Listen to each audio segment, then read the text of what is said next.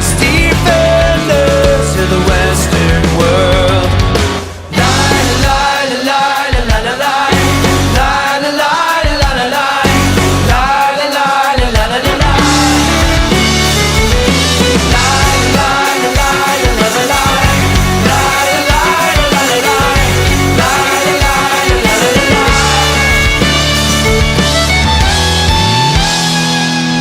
We're prepared to die, or to take our lives and go home. Will we set our eyes upon a godly sunrise, or a hellstorm? A hellstorm, standing strong on this shore, broken arms in the face of war. Far below, the cold wind blows. We're the first defenders of the Western world. Standing strong on this shore, broken arms in the face of war. Far below, the cold wind blows. We're the first defenders of the Western world.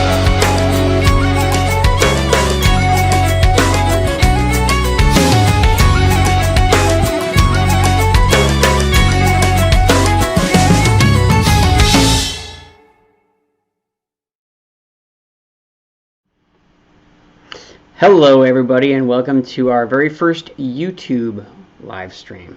Tonight we're going to be working our way through the 2009 album Gutter Anthems with our friend James Campbell. This is the last album that James is on, so it's the last live stream that he's going to be participating in for now. I'm sure we're going to find reasons to bring him back. Please let me know in the comments if there's any kind of major problems. This is the first time I've done this and I was right down to the wire, so I didn't really have time to run much in the way of a dress rehearsal. So this is a long album. There's 15 tracks, and we talked a lot. So we're gonna just gonna go ahead here and jump right into it. And we hope you guys enjoy yourselves. This is a lot of fun to record, and these live streams have been a blast for us to kind of go back and revisit our older albums and listen to music that some of us probably haven't listened to in years. So it's really, really cool. So without any further ado, I'll mention that there is a tip jar, which is at enterthehaggis.com/tipjar. If you're enjoying yourself and you want to throw a few coins our way, you can do it that way through PayPal or with a credit card or with your debit card or Amazon gift cards or Starbucks cards or whatever. So we appreciate all of your support, and thanks for tuning in with us this week. Here we go, Gutter Anthems. Alright, so this is going to be a nice, long listening party, which will give Facebook plenty of opportunities to shut us down. There are 15 tracks on Gutter Anthems, although the first one's just an intro, so we're going to roll the first two songs together. This is an album that came out in 2009, which is 11 years ago, which is crazy to think about. That is crazy. It is also, it holds the distinction of being James's last album that he recorded in the studio with us, although, did we do a live album or anything after this? I don't remember. Well, I guess technically I appear briefly in the encore for the Exit the Haggis album, but this is my last studio album with the band, for sure. Everyone will be seeing Bruce again soon, don't worry. So this album, it's the first one that came out after Soapbox Heroes, and it was another album that we released on the United for Opportunity label. They were pretty heavily involved with sort of the process of getting this together, and the artwork for the album was done by a graphic designer that they hired for us based on our comments and our ideas. And we went to Toronto and we recorded this album with Mark's brother, Tim Abraham, who's a fantastic producer in his own right, who has gone on to do all kinds of crazy great things in Canada, including winning Juno Awards. Is that correct? It's won a couple now, yeah. Yeah. We did a lot of pre-production for this album, which I think was the first time that we really did that, right? Like, I mean, I guess we talked about that last time, going to that studio up in Buffalo to work in advance of doing Soapbox, but a lot of those songs didn't wind up on the album. Yeah.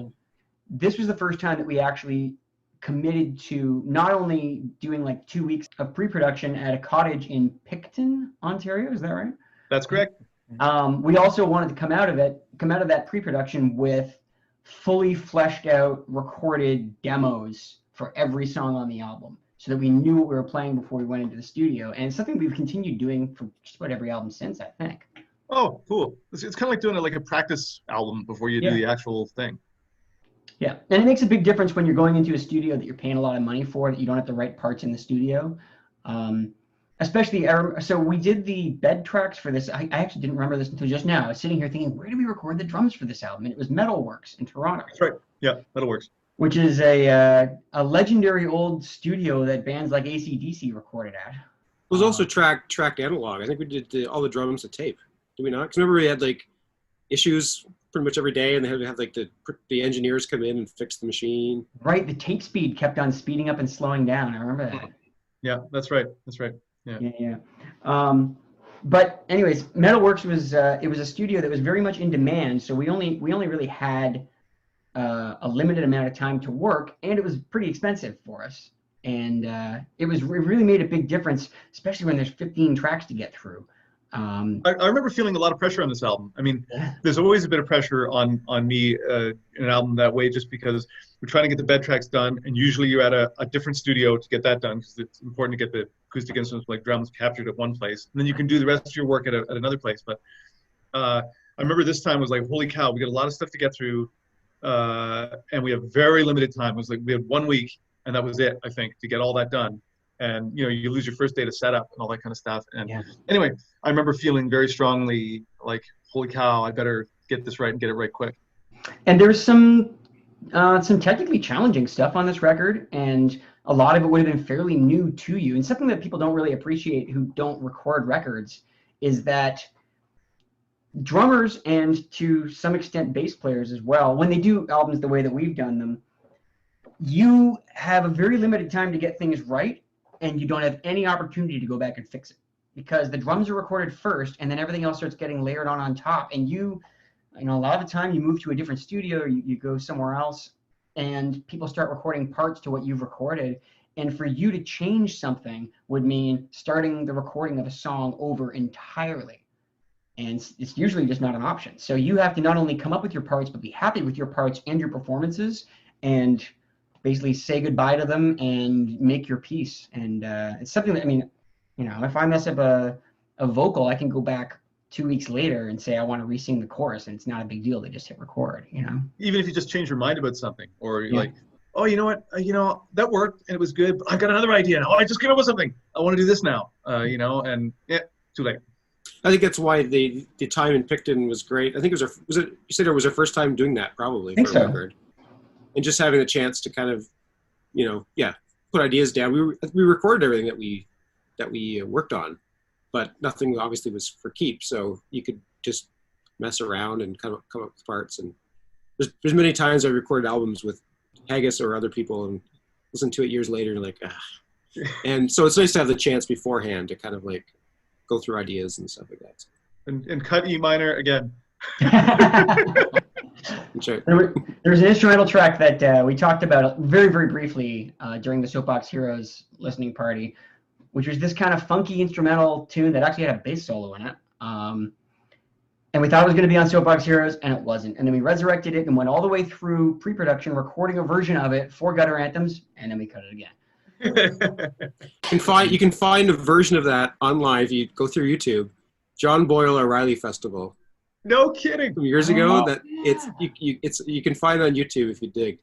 I remember a couple years ago looking for that because I was trying to remember where the song went, and I did find it. So you can find it on YouTube.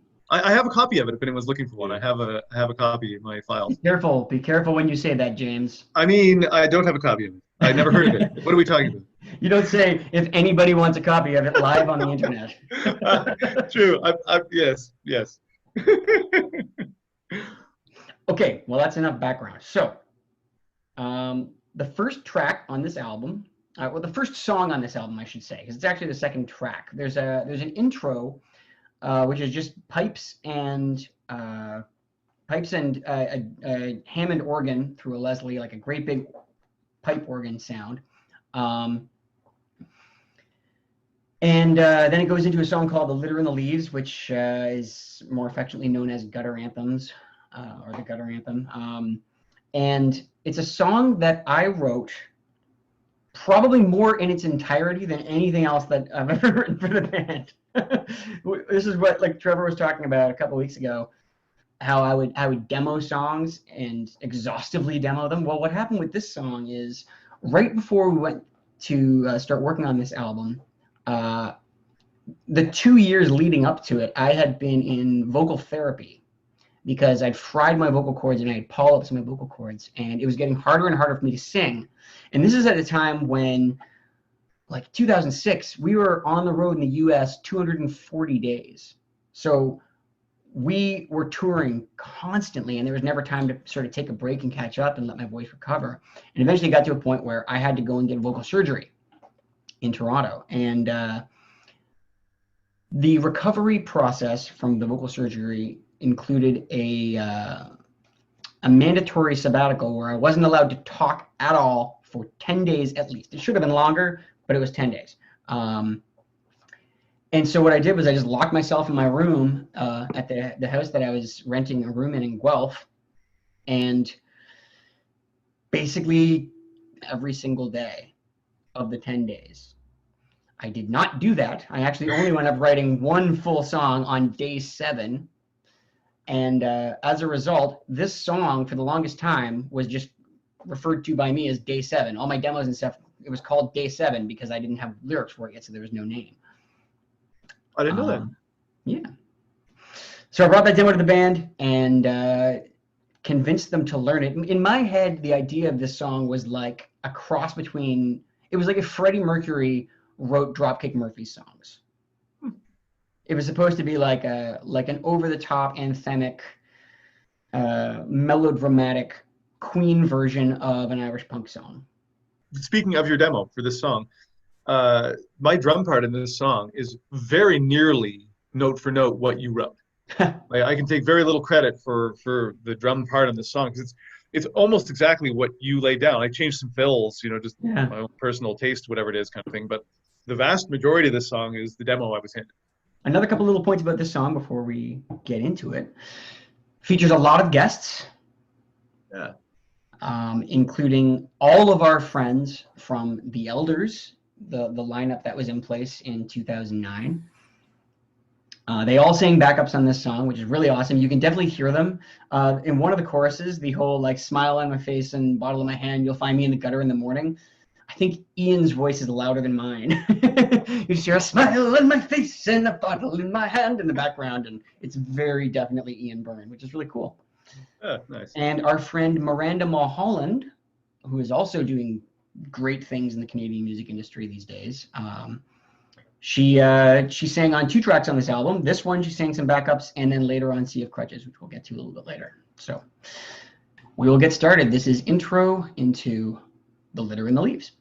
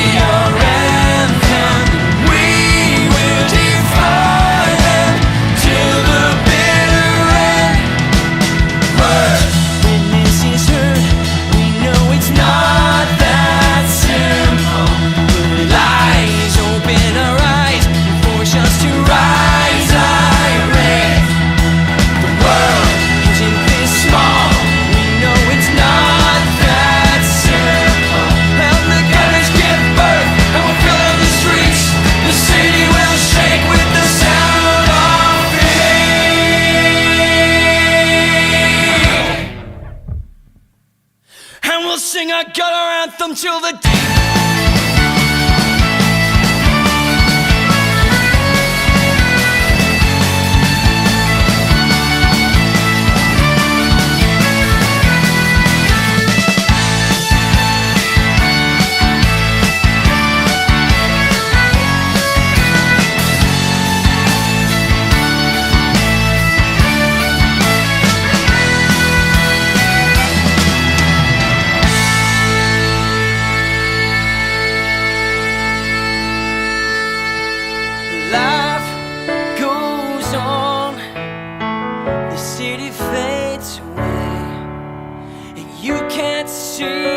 fireworks by the light of day. We're not on the payroll, we're just getting by. But we'll sing our gutter anthem till we die, die, die.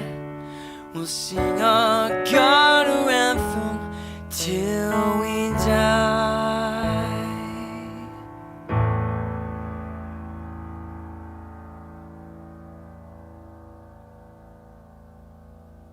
So that was The Litter and the Leaves, and we are moving on to track 3, which is song 2. This is going to get very confusing, but song called Cameos. And Cameos has an interesting distinction in that one of the lyrics for Cameos almost and came very, very close to becoming the title for this album. That's true. I remember that. I was pushing for that title. That was the title I wanted, actually. What was it? Hands, Hearts, and Brains. That's right. I actually went as far as mocking up some artwork concepts for Hands, Hearts, and Brains, which never wound up getting used. But, I remember that. Yeah. Are there any kind of stories about this song that anybody can think of? Trevor, you're the songwriter. What were you thinking when you wrote this song? I was living in Stratford in my sister's basement, and well, no, I wasn't living in the basement. I was living on the second floor, but I was spending my time writing music in the basement. I had a little workspace down there. It was an unfinished basement, and just trying to write as many tunes as I could for this particular record. And I was newly single at the time, and I guess this is kind of a breakup song, I would say, but it kind of really encompasses, you know, friends parting ways. You know, it's kind of it's that whole idea, I guess, of, you know, of going separate ways, I would say.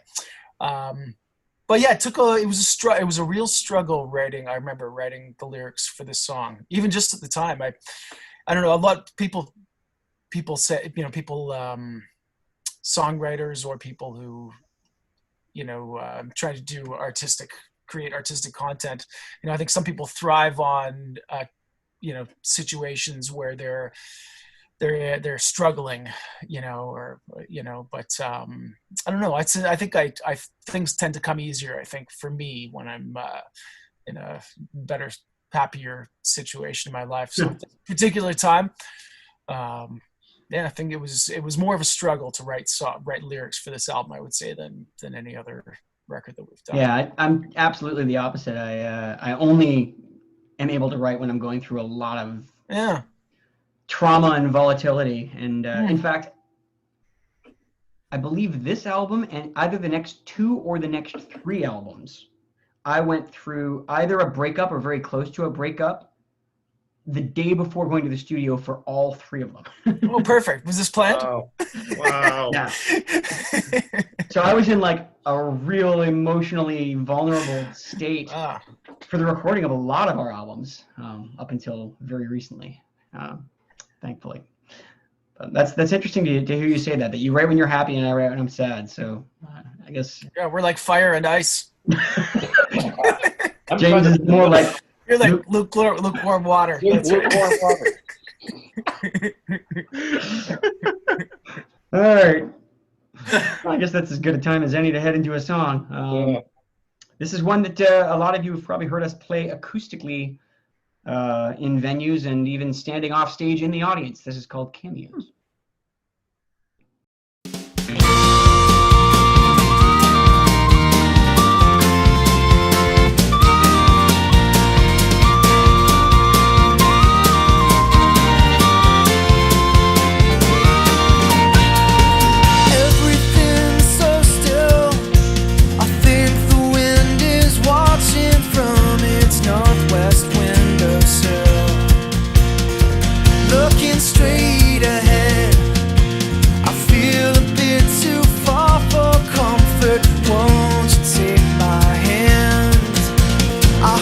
this is only the end of the show, and we all get leading roles. Doors we close behind, they're never locked and always drafty. Hands, hearts, and brains are irreparably changed. And many miles down the road, on a night that's dark and stormy, we'll be sold to the sky in a violent flash of light.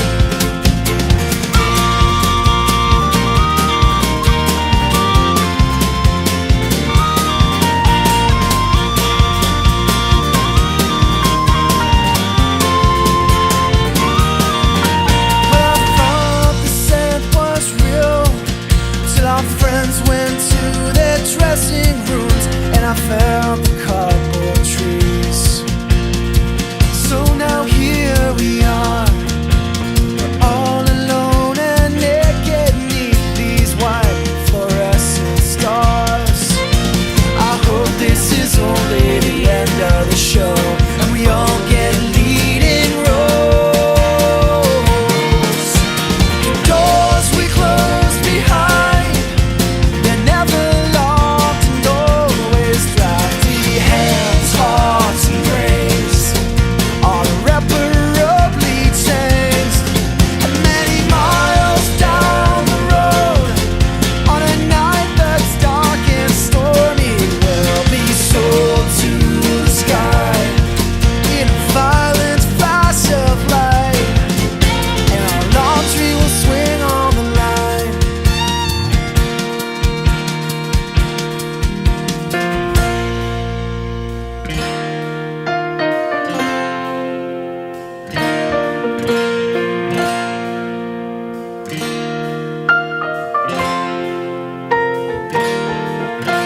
Story told, the credits roll, the lights are up, it's time to go.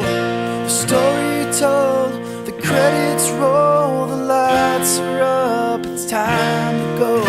The story told, the credits roll, the lights are up, it's time to go. The story told, the credits roll, the lights are up, it's time to go. The doors we close behind, they're never locked and always drafty. Hands, hearts, and brains are irreparably changed. And many miles down the road, on a night that's dark and stormy, we'll be sold to the sky in a violent flash of light, and our laundry will swing on the line. Yeah, we'll swing on the story told, the credits roll, lights are up, it's time. Yeah, we'll swing on the story told, the credits roll, lights are up, it's time. Yeah, we'll swing on the story told, the credits roll, lights are up, it's time. Yeah, we'll swing on the story told, the credits roll, lights are up, it's time to go.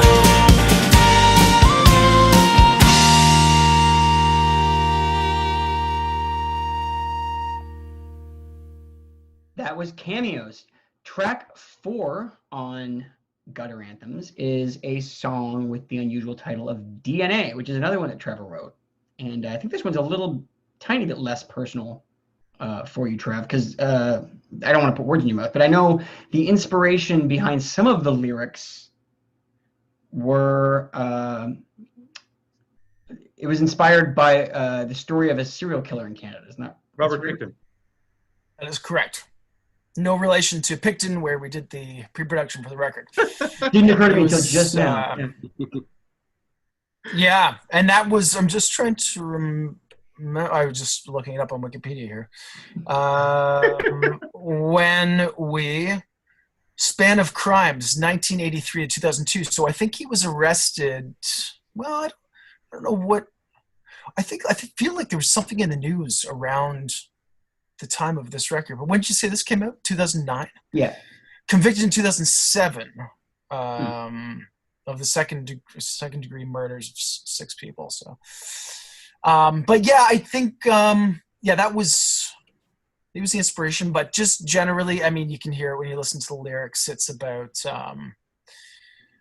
it's questioning nature versus nurture. Yeah, I always took the lyrics to this song, especially the chorus, sort of sarcastically. I guess, like the idea of boys will be boys, like having bad behavior sort of written off as, oh, it's just in their nature. I definitely agree with that. That's what I always take from this song as well, Trev. I don't know if this is what you meant or not. It's funny to definitely, yeah. Now, but it definitely, I took it as being like that the sort of laissez-faire attitude of, oh, your kid is doing something, particularly bad or ill-behaved, whatever it is, and you brush it off with the, oh, boys will be boys kind of attitude. That there's great danger in that of not stepping in and correcting that kind of behavior and watching what it blossoms into. So this is a song that Trevor originally sang, and I think fairly late in the process, Trev, you decided you wanted to hear me take a crack at it just to sort of even out who is singing how many songs on the album. I think also I think it's a little low in my range in that key, and we wanted to have pipes in it. Right. So that was the key that had to work with the pipes, which is fine. But I realized I couldn't really sell it with enough, with real strength and sort of aggression that it needed. So, yeah. So I thought you've done a great job on it. So it's funny. It's one of the kind of straight up popular songs that we've ever done, probably, like just sort of straight kind of rock song. But it's a lot of fun to play, and I still throw it in the set now and then these days. We have been doing it more recently, or more often recently, and it is a fun one to play. Yeah. Excuse me. It's a pop song that I actually like. I enjoy the pipes in. Yeah. I don't always enjoy pipes in pop songs. But I think it works in this one. Thanks, Mark. Love you, Craig. It's true though. It's something we've discussed as a band many times over the years. Is are we putting the pipes in a song because we think we should have bagpipes in the song, or do the bagpipes support the song? Yeah. So but I think they work well in this, and it's fun. It's a fun one too because the get to play kind of that a gnarly, jangly guitar line along with the pipes, which is something that Craig and I don't do very often in our arrangements. So. I guess we'll let people be the judge themselves. This is DNA.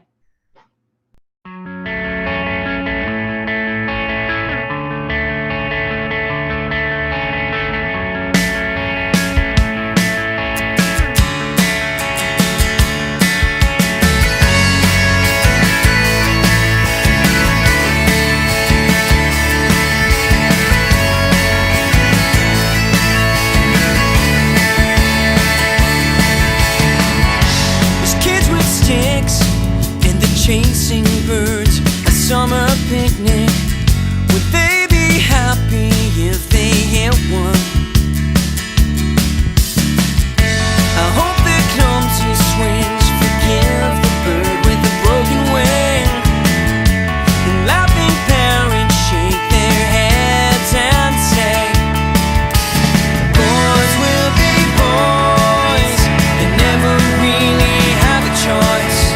The building blocks are built before they pay. Boys will be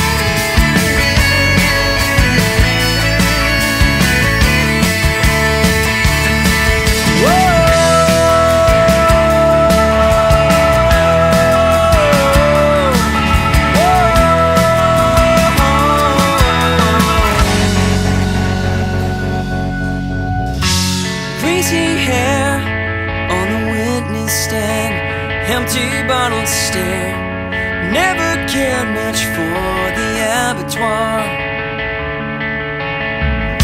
We see the stick or the broken bird that no one knew to fix.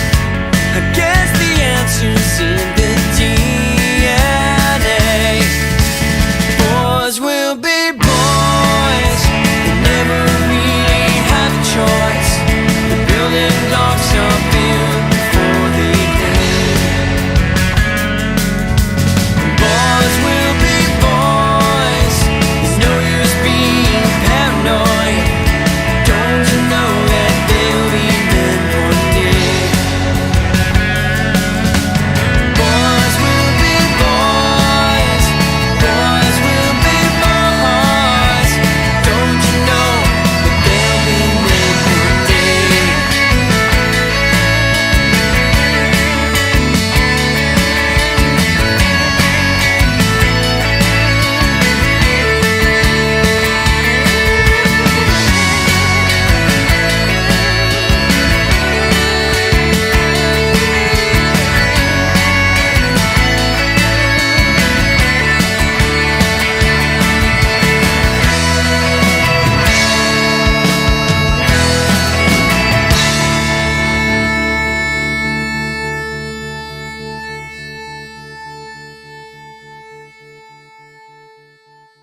All right. Well, the next song is an instrumental that I actually wrote and recorded with Tim quite a while before we went in to do this album, and he and I just kind of worked it out together, writing for catalog stuff for like Discovery Channel shows, for television placements, and I think it actually got placed a couple of places, and then I haven't seen my royalty check for that. Yeah.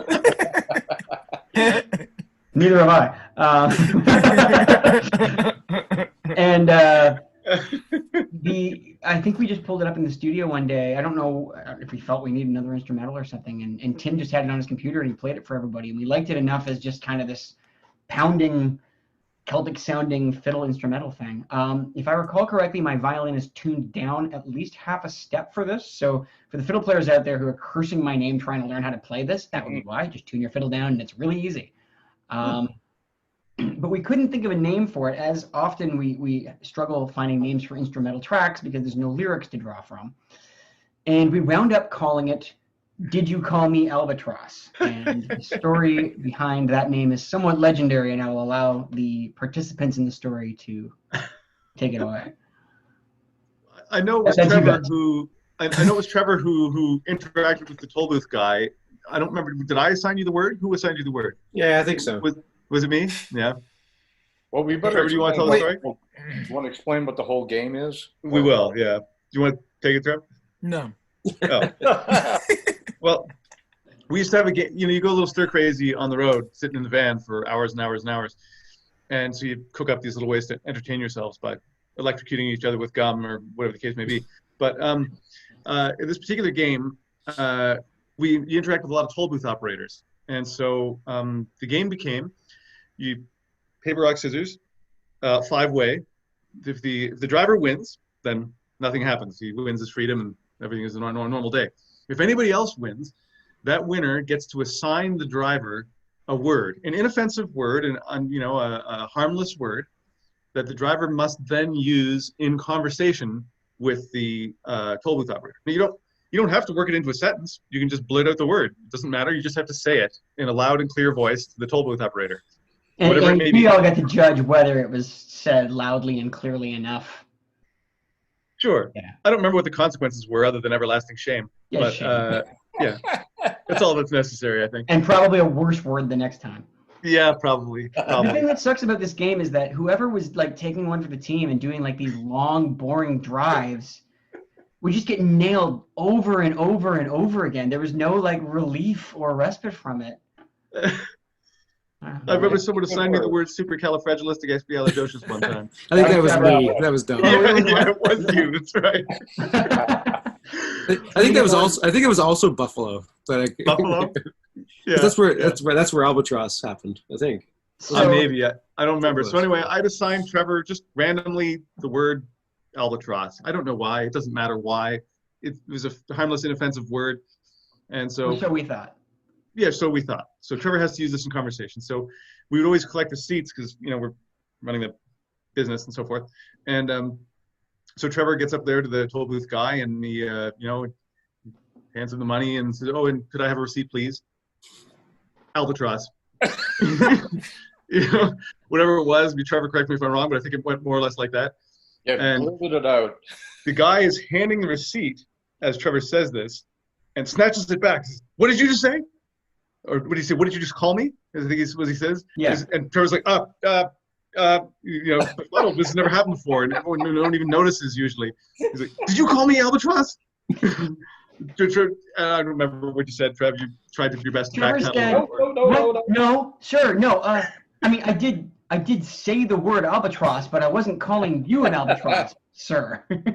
But like he freaked out. He was like, "Do not ever call me albatross again," or something. Don't like be a smart mouth. I think is what he said. Or something like, like he's that. like, "Do not ever say that again." That was the One terrible adult thing man be saying to called. another adult man in the toll booth, "Do not be a smart mouth." Well, I think that was the death of the game. toll booth operators of America will be relieved to learn that we have recently come into possession of an Easy Pass transponder. At So last. there'll be no more interaction with toll booth operators. Oh, So no more stories like this one. I would love to hear the backstory of why the albatross was so offensive to him. I wonder how It'd be often very he tells the interesting to story. Yeah. It's like a common story for him at Thanksgiving. He's like, and then there was this one time this group of guys came through. Anyways. Third time that day. Well, that I forget. Maybe James, you were the one who suggested calling it "Did You Call Me Albatross?" But we went with it, and I can't remember. Maybe it sounds like something I do, but I don't remember if it was me. And a couple years ago, we actually started walking on stage to this track for a bunch of shows, and it was kind of cool. So this is called "Did You Call Me Albatross?"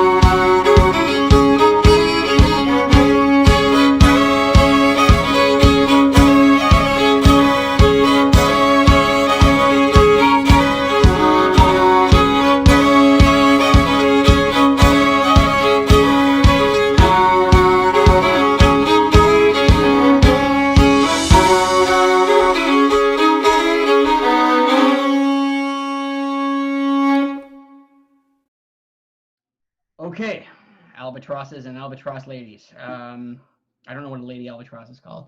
I wish I could say it. I don't know it. I'm surprised you don't know that, James. You I know. It seems like that was my chance to jump in, and I blew it. When we moved It's from called a female albatross is called a Laysan albatross, Laysan. Laysan. Wow. I'm amazed you knew that, Trevor. Oh no, wait. You know a lot of stuff. Wisdom is a wild. Sorry, give me a few minutes here. You know we can see Wikipedia actually reflected in your glass lenses, right? Don't tell anybody. Well, What does it mean to call someone an albatross? What? Oh my God. The word albatross is sometimes used metaphorically to mean a psychological burden that feels like a curse. Okay, which we know. It is an allusion to Samuel Taylor Coleridge's poem, The Rime of the Ancient Mariner. Okay. mhm. Well, that is what we meant. Oh. All right.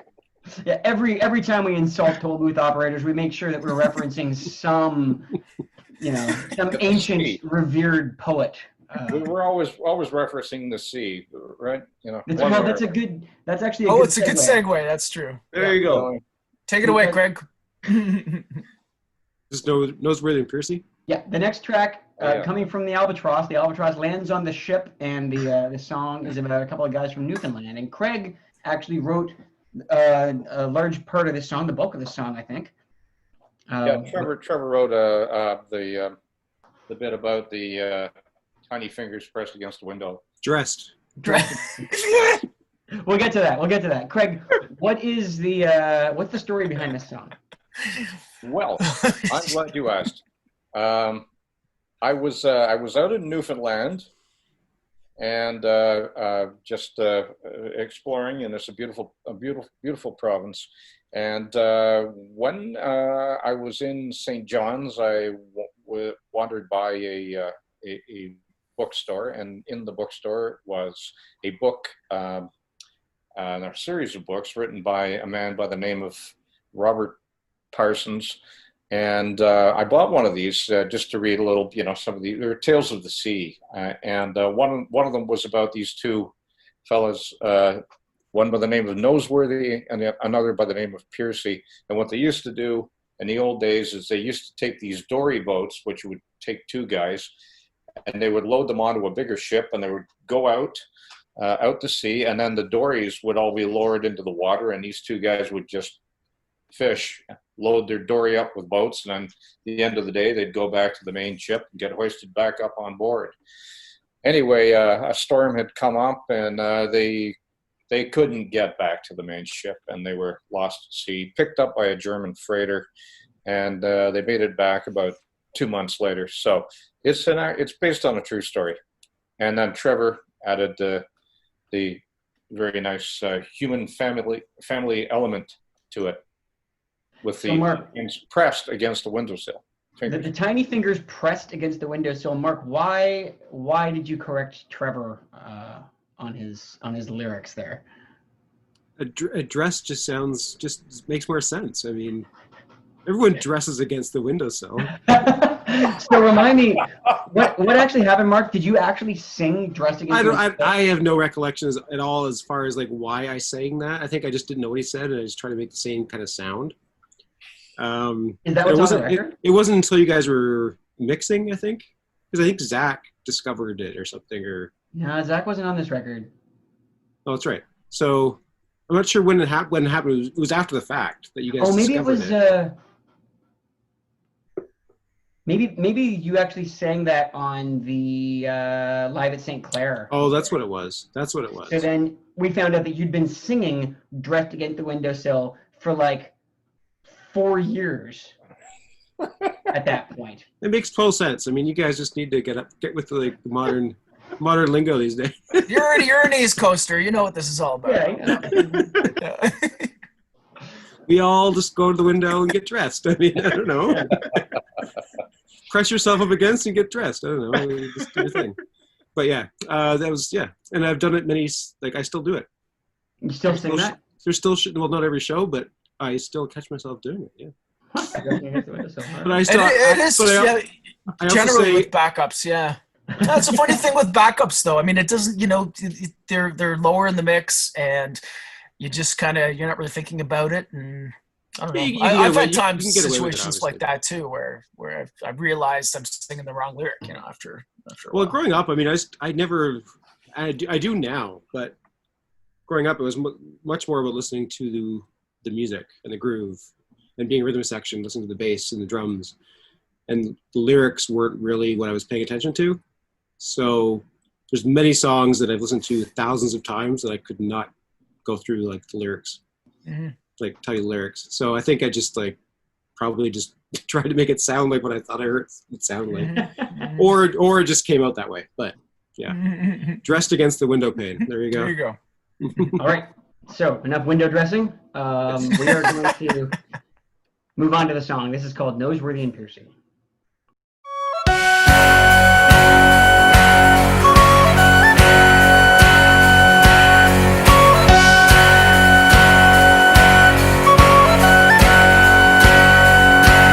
Noseworthy and Piercy were two fine fishermen off the Grand Banks of Newfoundland. Oh, the ocean's an angel with the face of a flounder. I see hold the devil by the hands. I see hold the devil by the hand.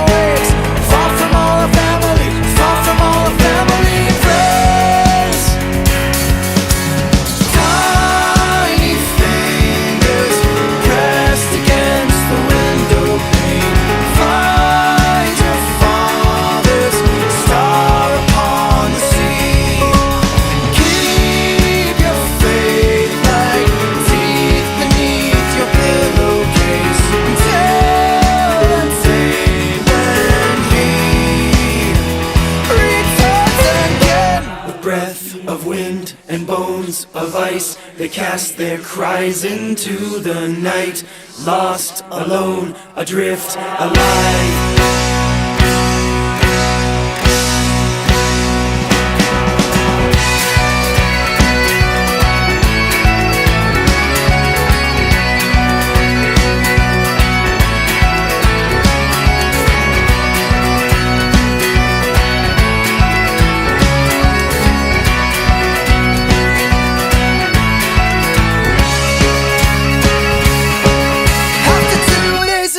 With the oars in the grave, the two men were given for gone away. Bitter news that travels well like a schooner on a swell.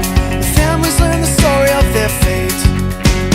On the ocean high, a rescue had come by and took them to the old world on the far Atlantic side. After 2 months gone, the blessed harbor of St. John's, rolling on the North Atlantic tide, rolling on the North Atlantic tide. Shore, know nothing of the lore and the glory and the mystery of the deep. But when the heart is strong, you return where you belong. They made it back to Newfoundland. They made it back to Newfoundland. They made it back to Newfoundland again. Tiny fingers pressed against the window pane. Find your father's star upon the sea.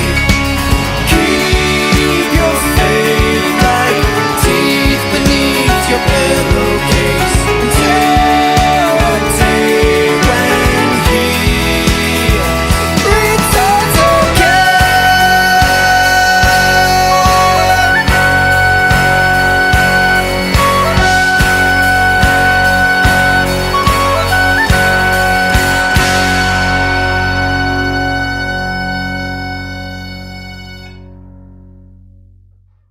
After Noseworthy and Piercy, we move on to a song that I wrote, which is probably one of the heaviest kind of riff rock songs that we ever did, which is called The Death of Johnny Mooring. And the story, this is a song based on a story that was told to me by my stepfather when I was a kid about, and I've never actually verified the veracity of the story that he told me. Although I have since been contacted by members of Johnny Mooring's family with minor corrections to the there's actually, there's videos of us playing this song on YouTube, and members of Johnny Mooring's family have commented on the video saying, "This is about my Uncle Johnny." Wow. The way the story was told to me is that Johnny Mooring was a fiddle player with a lot of flash and flamboyance, and he was a very flashy performer. And he was traveling through, he was an American, but he was traveling through Ontario playing at sort of dive bars. And he, as the story was told to me, winked at or flirted with the wrong guy's girlfriend in Cornwall, Ontario, which is a town slightly west of Ottawa. Is that accurate for people who... yeah, sort of it's a bit southwest of Ottawa. West of Ottawa. Yeah. Sort of between Ottawa, Cornwall, Montreal.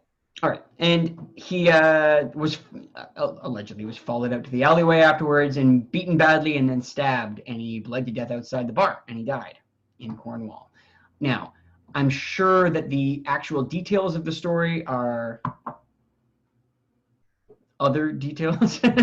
I'm sure that there's some editorializing in the actual facts of that story, but that's the way that it was told to me. And I remember that story growing up, and this is one of those songs where we had recorded everything but the vocals, and it was the last thing that needed to be done, and I didn't have lyrics. And I was literally like sitting out in the front room at the Hive, the studio, and I would write a verse. I'd be like, "Okay, Tim, I've got a verse." And I'd run in, get in the booth, sing the verse. And then he would leave the tape running. And I'd be like, "I don't have any more lyrics. I got to go back out to the front." And so I'd run back out and spend another half an hour trying to write the next verse. And like little by little, I got the lyrics written. But yeah, I am actually pretty happy with how they turned out, all things considered. There's actually like a story that you can follow through the lyrics, which is kind of nice. This is a song in drop D tuning, which we don't have a whole lot of those, but it's a lot easier to play this kind of riff rock in drop D because you can play power chords with one finger, which is great. It's got an awesome fiddle solo too. I mean, it's it's only I haven't heard many people, Eileen Ivers, I guess, using a wah pedal with a fiddle, but it's pretty unusual to hear somebody sort of shredding, like playing an electric guitar solo on a fiddle. So it's always been a highlight of the show when we play it live.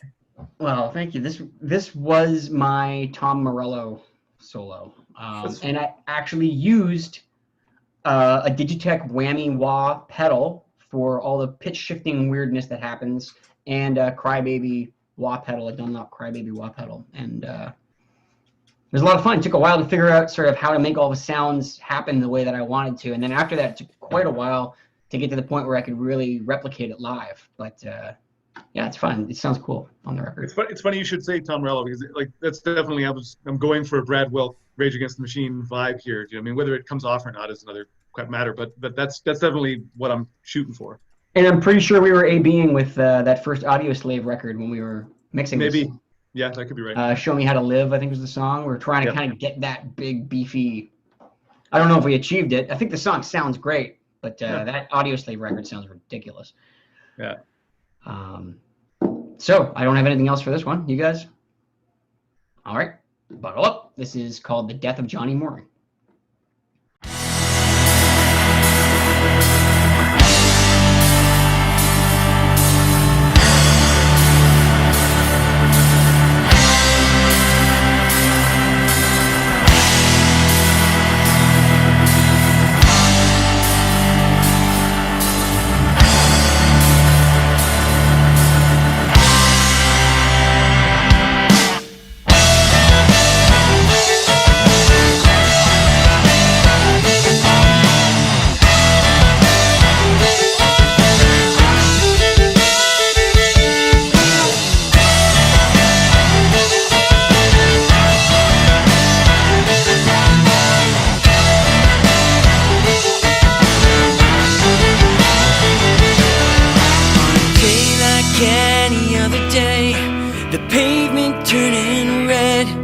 Johnny laid down in the alleyway, died with a song in his head. A long, long way from Spring Hill, in an unforgiving game. He came by with an eye for the spotlights, looking for a place to make a name. So risk all or don't risk anything, you can lose all the same.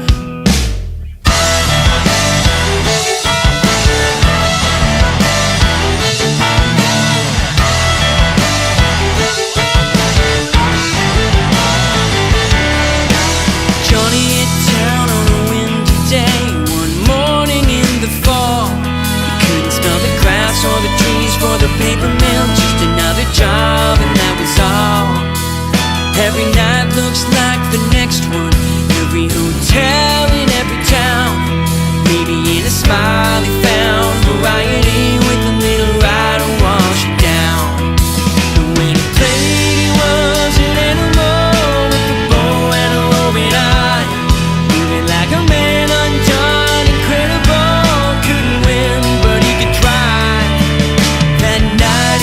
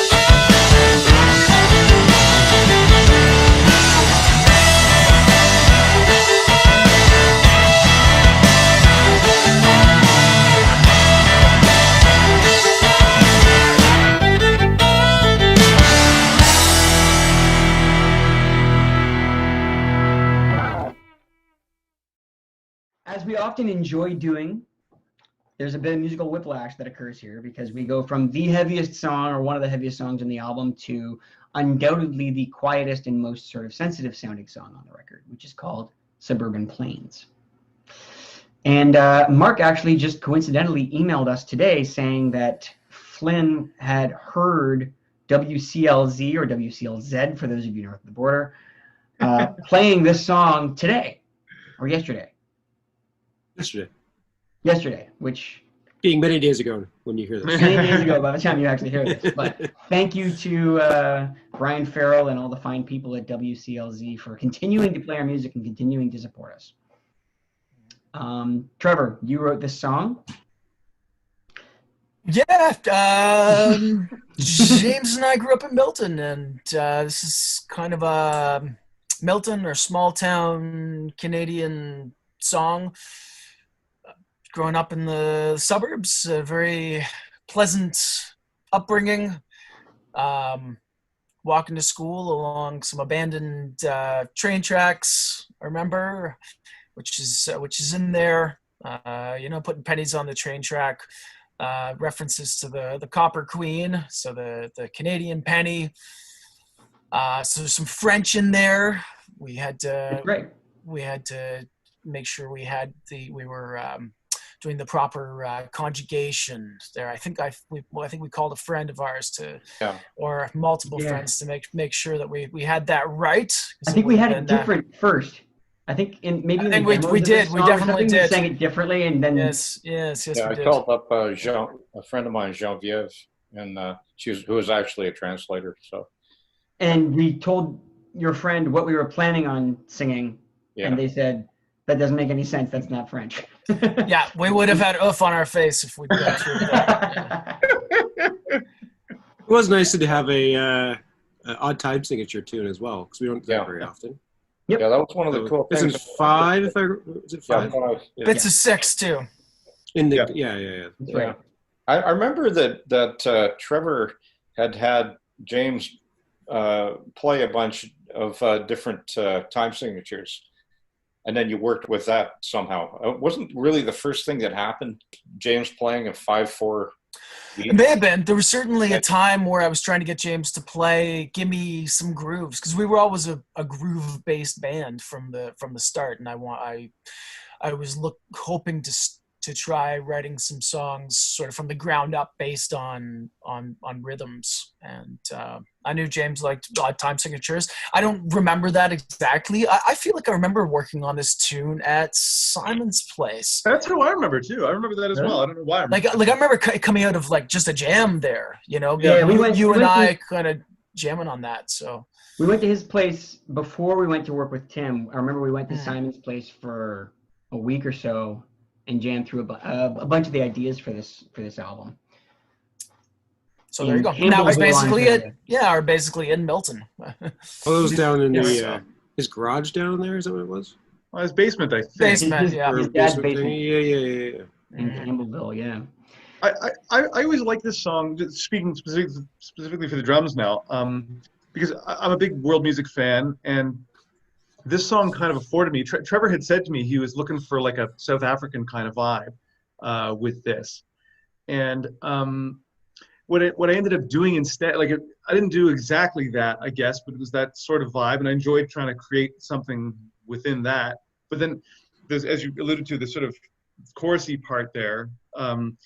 I'm sort of trying to play almost like a soca inspired thing in 6 almost. So it's kind of like what I'm going for anyway. Not that I'm trying to make the song sound like this style, but what I'm drawing from, I guess what I mean to say, is a sort of South African vibe in the verses and so forth, and more like a version of like a Caribbean kind of soca thing in the choruses. And although the song doesn't go to that place, I like it because it makes me happy, because it's open snare and it's kind of unusual stuff. I didn't really take anything from anywhere other than just sort of be inspired by genres in general. So I'm pleased with what came together on this song, I guess, from the drum part. Well, it's funny you mentioned the South African thing, and I definitely think of that when I hear Trevor's guitar parts, the electric guitar part. Yeah. For sure. Got that kind of South African Graceland kind of sound to it, which is yeah cool. I played a Rhodes, I think, on this song. It's one of the few songs that I actually played like a Rhodes, Fender Rhodes. Love that sound. That was just Tim's in the studio? Tim had one, yeah. Oh, man, I love those things. Yeah, it's a cool sound. And I think that's all I really have for this song. It's a pretty one, and we did play it live for a little while. Maybe we'll have to resurrect it one of these days. But yeah, this is called Suburban Plains.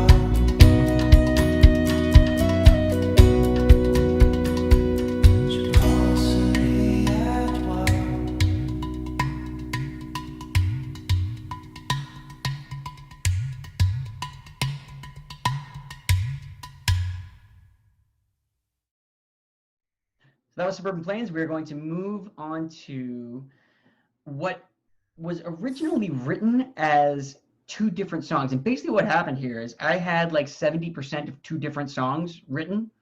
And when the time came to record the album, I'd never finished the final 30% of either of them. And so I convinced these guys that it was a suite and that we should just jam the two 70% songs together and record it that way and make up for my shortcomings as a procrastinating songwriter. And it turned into this track, which is called Real Life / Alibis. So those are the two halves of the song. Real Life is a kind of acoustic ballad thing. I remember being really self-conscious about recording it because I had my vocal surgery not terribly long before this, and I was still kind of getting used to having my voice back. And I really wanted it to be like a great ballad, rock ballad kind of performance, and I've never really been that kind of a singer, so it was difficult to get it to a point that I was happy with. And then we added a bunch of harmonies, and I felt way better about it because I thought they were really cool. This is another one that I demoed fairly extensively in the 2 pieces, I think, or at least maybe I just demoed the second half of it, the Alibis part, to play for these guys. Have we ever done it live? No. James was saying before we went live here that I may have just played Real Life at the Iron Horse or something. I feel like we did at the Iron Horse at one point, but I wouldn't bet my life on it, but I thought it seemed like this is one of the 2 songs in this album that I regret never or almost never having had the opportunity to perform live. But it occurred to me as I was saying that maybe once at the Iron Horse, either just Real Life or something like that, I thought we had performed, but I'm not sure. I don't remember. Well, I'm sure there are people out there who were at any of our Iron Horse shows who can tell us whether or not we ever played this. I don't remember doing it, but that does not mean anything. There's lots of things that happened at the Iron Horse that we don't remember. Anyway, I regret that this wasn't played more often than the possible once that it was performed. I really like the song, and I wish I'd had the opportunity to perform more. Oh. There was initially supposed to be a more extended outro on Alibis. That was like a weird bagpipe rock outro thing that I was really insistent upon, and you guys finally just vetoed it and cut it off the song when we came to Metalworks to record it. I don't know if any of you remember that, but on my original demo that I don't know if I have a copy of anywhere, there's like a weird sort of keyboard bagpipe line thing that I did, and it was definitely the right choice to cut it. It was weird. That sounds familiar, but I couldn't tell you how it went, but that sounds vaguely familiar now that you say it. I wouldn't have remembered that if you hadn't said it. Recording-wise, we approached it as very much as 2 different songs, and I found myself,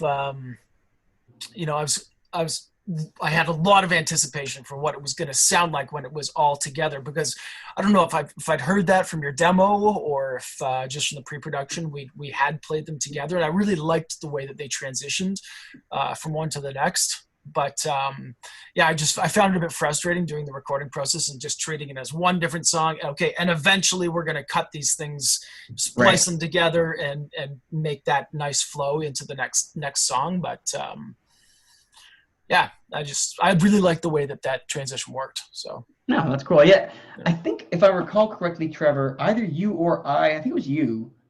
There's like some arpeggio stuff in the beginning of Alibis that is your guitar through the Leslie cabinet. Do you remember that? That's right. I forgot about that. Yeah. Mm-hmm. Which it was probably one of the first times that we did something like that, running a non-standard instrument through a Leslie. But I've done it a bunch of times since with my violin and with guitars and different sounds. Synths have gone through Leslie's. Like, it's a really cool sound. But for people who don't know what a Leslie is, it's an old speaker that has a spinning speaker in it.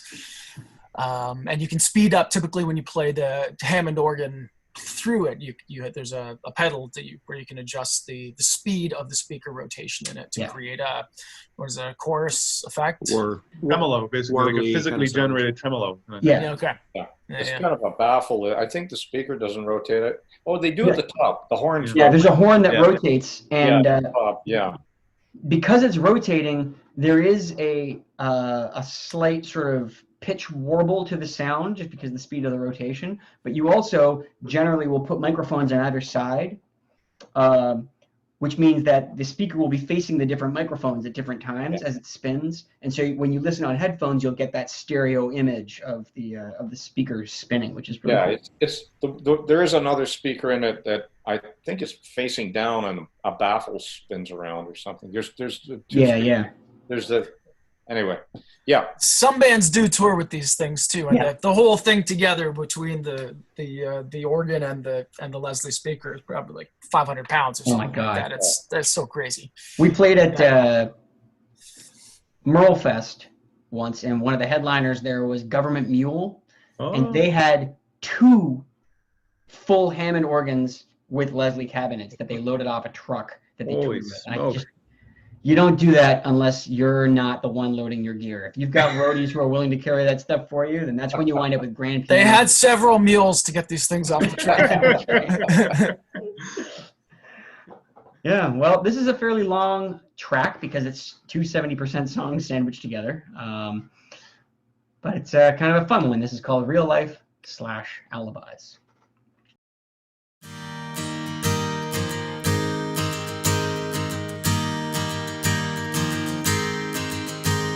Saturday morning, a while before daylight, I'm lying here hoping for rain by tomorrow. I could be anywhere, passing streetcars alive without breathing. I'm lost in the city again without a purpose. I can't believe anything, and I know it's not my place to be asking these questions, but I can't just chase every world that I see, because this isn't real life. Yeah, this isn't happening. Seems so believable, but it's not the real thing. This isn't real life. No, it's just some enormous lie, and I know I'll be fine. This isn't real life.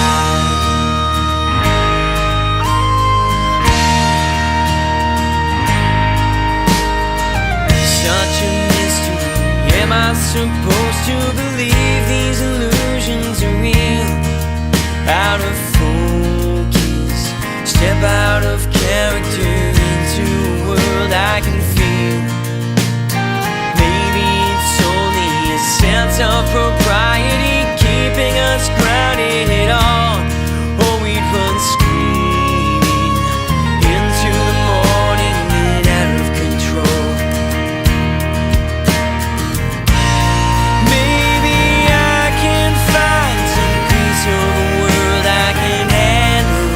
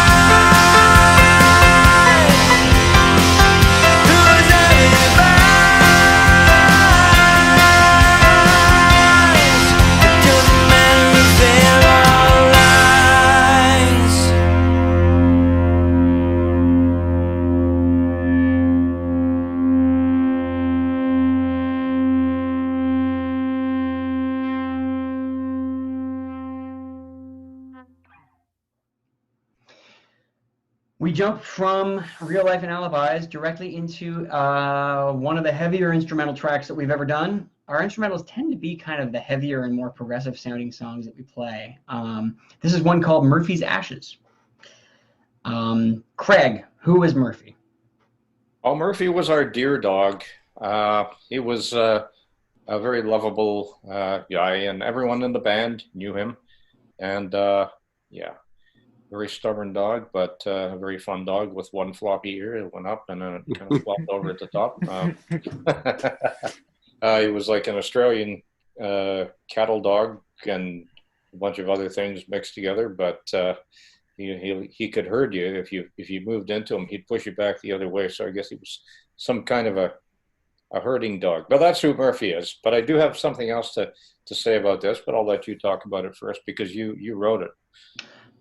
Yeah, the demo of this song, it was just called Heavy in 6 for some reason, because it was one of the things that I recorded in one of, whether it was Reason or one of the programs I had on my computer. I was just trying to write like a really heavy jig of some kind. And I mean, it was quite a long time before we did this album that I played that for Trevor. And nothing ever really came of it. And then when we were working on the pre-production for this album, Trevor remembered that I had this demo of something that I'd written and had us drag it back out again. And it got real heavy. And all the parts that I wrote for this, like that sort of intro guitar line, that hammer-on guitar line, was just written on a keyboard. And it kind of sounds like a keyboard line, you know? And then Trevor turned it into a guitar line. Oh, Murphy was my dog. Well, sadly, Murphy passed away not long before the recording of this album, and he was cremated. And I don't know whose suggestion it was. It's a little bit morbid, but we named the song Murphy's Ashes in honor of the band dog Murphy. And it's a pretty loud one. This is Murphy's Ashes.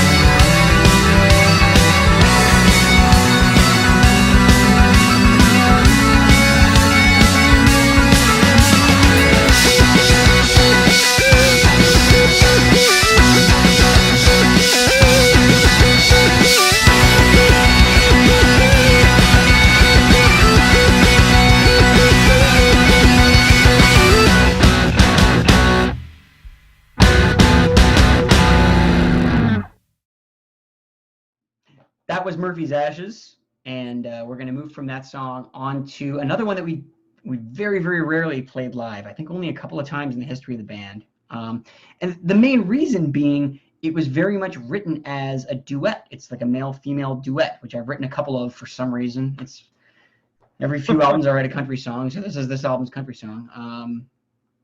And I had all kinds of ideas for who I thought could come in and sing the second part, but we got to the studio without having really determined that. And then I forget if it was Trevor or somebody suggested our friend Miranda Mulholland, who at the time I think was still playing with the Glengarry Boys, and she's a fantastic singer. She has a very I think she's like a classically trained singer. She has kind of an operatic voice, and she tends towards the sort of cabaret sound, which wasn't really what I thought the song needed, but all I had to do was give her a tiny bit of direction into what kind of song I thought it was, and she was like a chameleon, and she completely changed her approach and nailed it. And it's a weird harmony, and she's a consummate professional, so she got it in just a couple of takes, and it was a lot of fun having her in the studio. That's it. That's all I got. This is the other song on this album that I really wish we would have played more at all. For example, yeah, you guys performed it after I left, but we never performed this song while I was still in the band. And I really like this song. For the drum part of this one, I was really going for like another kind of like a percussion approach kind of thing. I was trying to, it's like another kind of open snare thing. And I was trying to go for like a conga style approach, with the kind of pop slap tone. That's a great regret of mine in this album, that I didn't fight harder for a rim shot on the 2 and 4 of this to go for that like aggressive high pitched pop snap kind of thing out of the conga part here. I'm trying to basically play like a percussionist on the drum kit, essentially. So the drum part, the kit part is very minimalist, but that's because I'm trying to basically be a percussionist instead of a drummer. That's what I'm trying to do here. That's cool. And Trevor, you kind of wrote. It was your idea to go off into the kind of what we call the trip to India part in the middle of the song, because you felt like it needed to kind of go somewhere before it went back to the bridge. And we all kind of went after this like Tea Party sound. And if there are listeners out there who don't know who the Tea Party is, they were a fantastic and very influential Canadian rock band who incorporated a ton of like Eastern and Indian classical music elements into their rock music, and we were all big fans. So this song has kind of a little bit of that sound in the middle of it. Features my good friend Anthony Giles in this one as well on tabla. Right. He appeared on once before on Soapbox for The Apothecary, but it was very muted and you barely hear it. But in this song, it's really quite up and present, so it's nice to hear. That's right. And Mark, if I'm not mistaken, the few times we did play this live, I think you sang Miranda's parts, isn't that right? I'm sure I did. I tend to do those parts. Yeah, I think I remember you having to learn that high falsetto harmony and sing the duet with me a couple of times. Yeah, it's weird. As I said before, in college I was in the choir, and I sing bass. And then in this band, I get all the soprano parts. So I'm not sure how. I don't think I do any of it well, but I somehow been given those different parts. But it's fun. It's a fun challenge. I think I actually have gotten better at it over the years. But yeah, no, it's fun. I'm sure I did when we've done it live. It's been quite a while since we've done it. Yeah.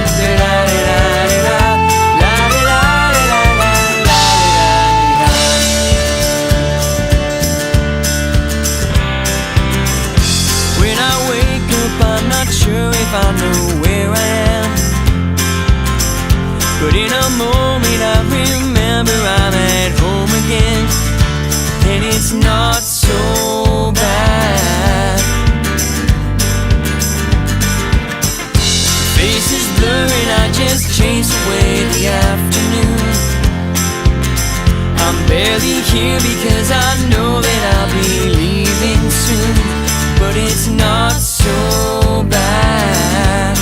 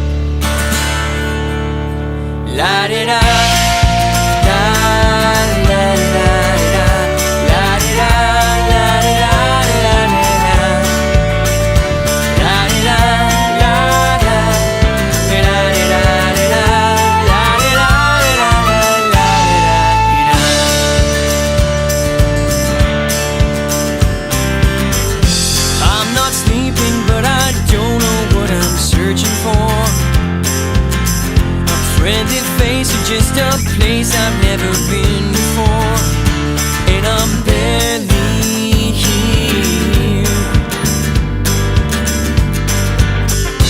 Heads and shoulders in a sea of crutches, unaware that I am leaning, 'cause they're leaning back, and we're all scared that we'll disappear. And when I see you, I come back again, in the crowd, but just beyond the lines. And I can't handle this insanity for just one more night. Just give me one more night.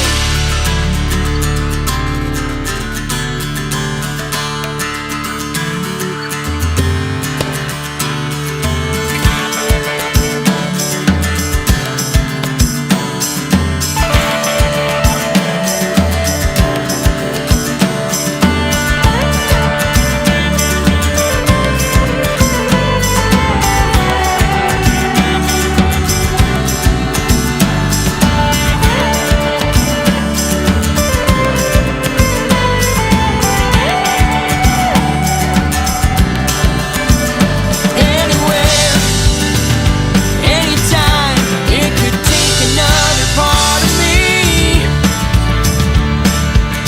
But maybe here, if I can find a way, it's just another day, just another day. But when I see you, I come back again, in the crowd, or just beyond the lines. And I can't handle this insanity, this color camera light, the crying eyes don't bother me. And then I see you and I'm home again, on the screen, or in the corner of my eye. And I can't handle this insanity for just one more night. Just give me one more night. La-di-da, la-di-da-di-da-di-da, la-di-da, la-di-da, la-di-da, la-di-da, la-di-da, la-di-da-di-da, la-di-da,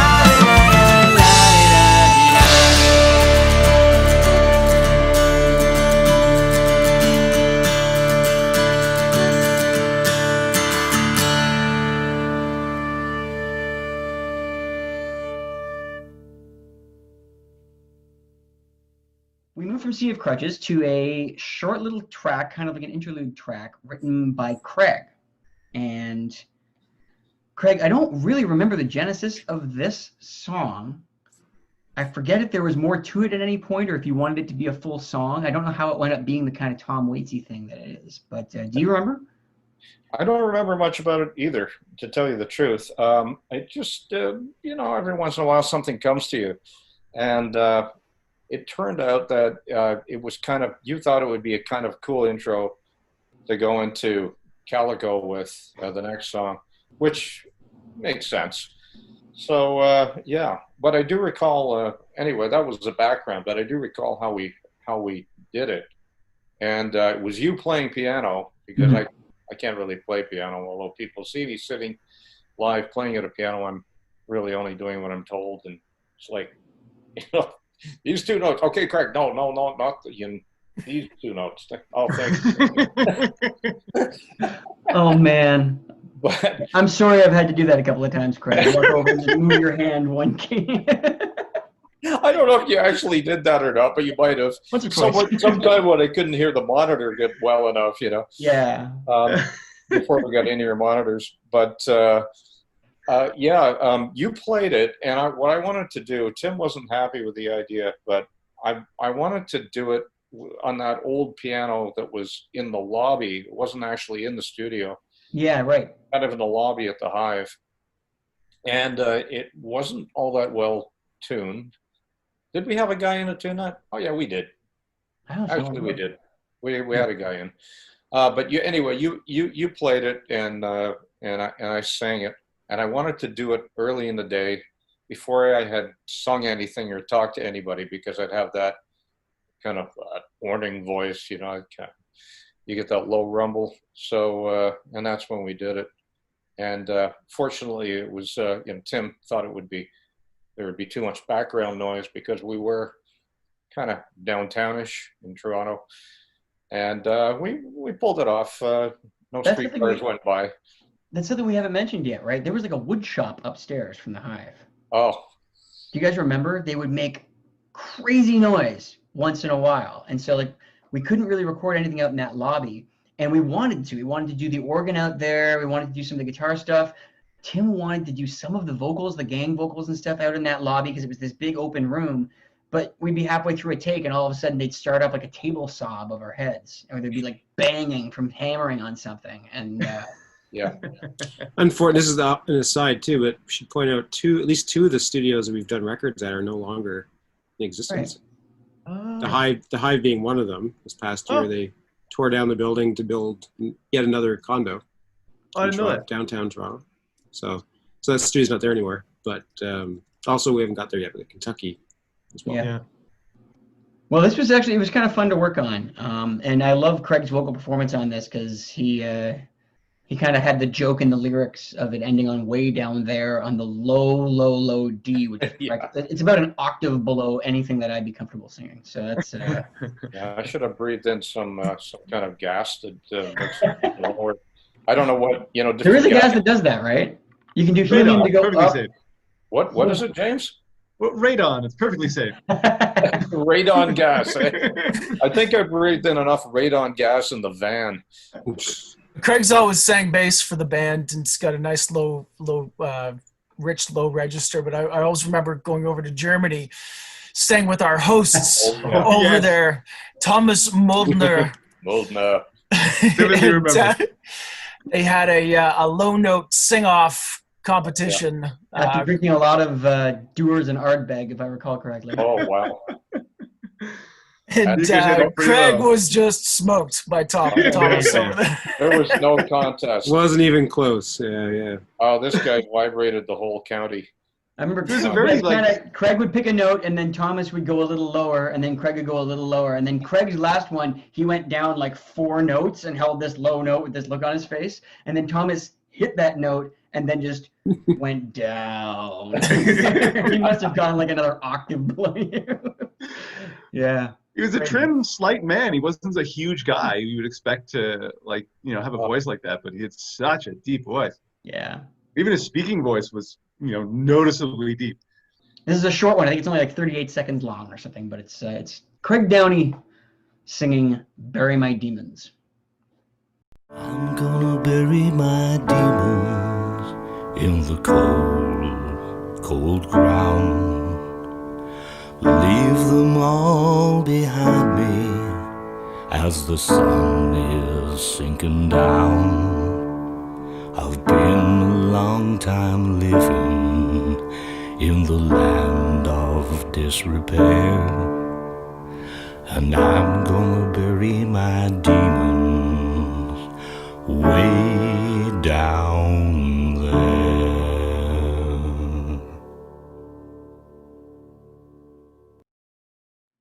And we moved from Bury My Demons directly into a song called The Ghosts of Calico, which Trevor wrote after we did a long trip across. Was that part of the 50-day trip when we went to the Calico ghost town?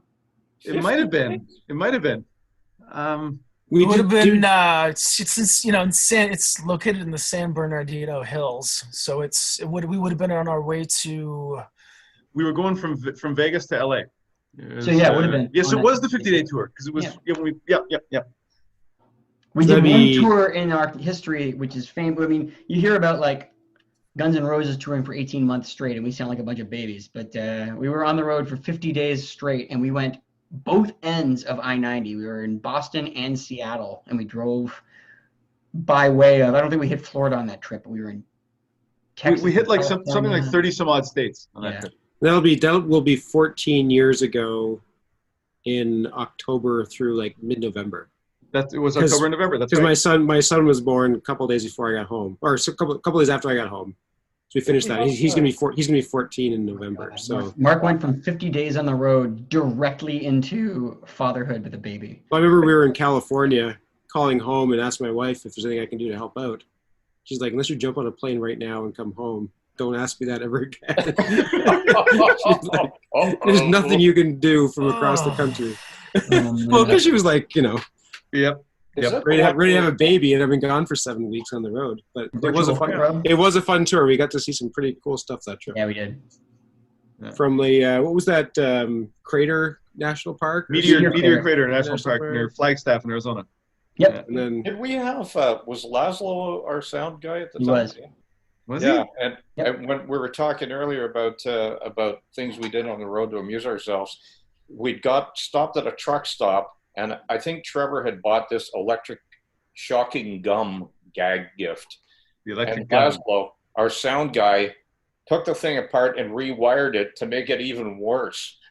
I think he hooked up a 9-volt battery to it or something He did. like that. Oh yeah, and we all had to do it every once in a while. Oh yeah. Anytime you felt like you were falling asleep at the wheel or something, you had to have a piece of gum. I would say for years afterwards, just thinking about the gum would make my arm tingle. But anyway, back to Calico. That was a pretty cool. I saw something recently, like, you know, YouTube going down the YouTube trail, but it was like the 9 coolest abandoned places in America, and Calico was one of them. And it was the video they showed was people all around, but when we were there, we were the only ones. Like, Yeah. It was an abandoned ghost It was town. completely abandoned. It was closed, I think, and we just walked around the gate and wandered up into the town. There was absolutely nobody else there. Yeah. I feel like there was something, I don't know if you guys do it now, but it was something we didn't do all that often on the road, here and there, but be driving from one place to another and suddenly on the spur of the moment decided, yeah, let's check that out. You know? Yeah. And that was one of those times. It's just like, ghost town, Calico ghost town. Let's go see what that is. I feel like in the days of smartphones and headphones, that kind of thing doesn't happen quite as often, because we'll kind of be in our own little worlds while we're driving on long distances. But in those days, we had no real way to occupy and entertain ourselves besides staring out the window. So we would see things like that. That guitar solo, I remember. Yes. Trying to emulate Greg Keeler from Blue Rodeo with his sort of pinch, real squeaky, jangly pinch harmonics. Was it 5 Days in May? Is it the song? Yeah, 5 Days in May solo. Yeah. That's right. Yeah, I for some reason I was lying on my back in the isolation booth, just kind of making weird squeaky noises with my Telecaster. Yeah, I don't know if it benefited the song in any way, but it was fun. I always thought, I have to say, I remember when we were recording this album, I don't know if anyone else felt this way or not, but I really felt like this was going to be the big tune of this album that everyone was going to really respond to and relate to very well. I thought it was like, oh yeah, this is the big tune on this album kind of thing. And we had started certainly playing played it a lot. Yeah. Yeah, we certainly played it a lot, and I think it went over fine and all that kind of stuff, but it never quite peaked the way I thought it would. I always thought this was going to be bigger than it ended up really being. Played it a lot, but it was never a monster hit, I thought. Kind of the story of the whole band, you know. I was going to say the same thing. Well, and that's it for tonight, everybody. Thank you for. All right, let's quit now. All right. Well, we're all going to go get another drink. This is called Ghost of Calico. Oh, God.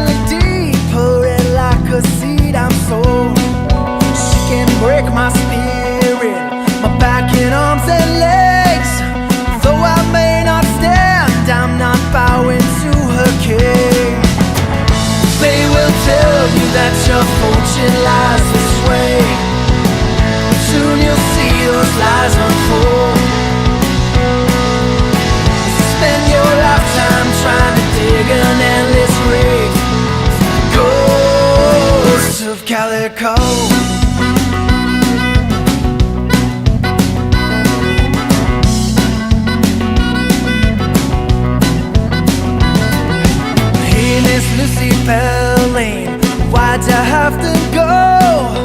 I can hear your sweet song when the south wind blows. And I won't forget your spirit, I won't forget your face. I'll be waiting for you if you come back someday. They will tell you that your fortune lies this way. Soon you'll see those lies unfold. Spend your lifetime trying to dig an endless grave. Ghost of Calico.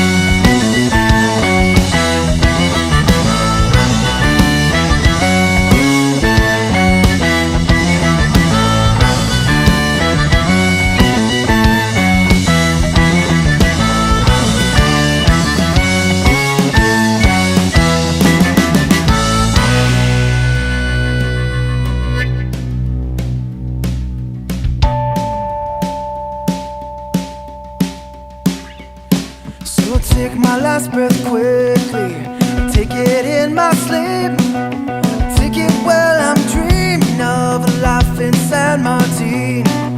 'Cause everyone I know now is a dusty memory. I can hear the walls delivering my eulogy. They will tell you that your fortune lies this way, but soon you'll see those lies unfold. Spend your lifetime trying to dig an endless grave. Ghosts of Calico. But I can tell you that your fortune lies this way. If you seek loneliness and cold, 'cause you spend your lifetime trying to dig an endless grave. Ghosts of Calico.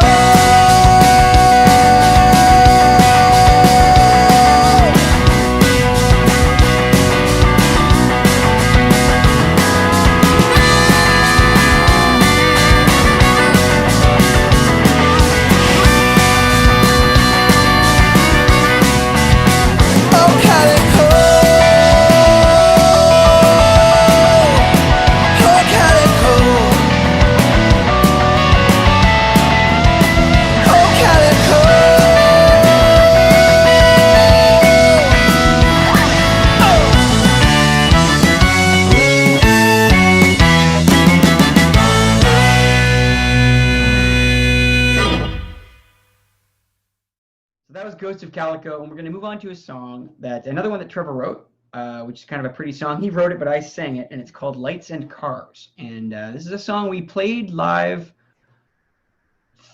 this is one of the first songs from this album that we were playing live. Yeah, that's right. This one, I think we played cameos a bit, but this one we played for quite a while. And when we first started playing this song, there's a video on YouTube somewhere of us playing this at Celtic Flame for what was probably the very first time. Oh. And Craig played saxophone. That's right. Oh, really? Yeah. That's crazy.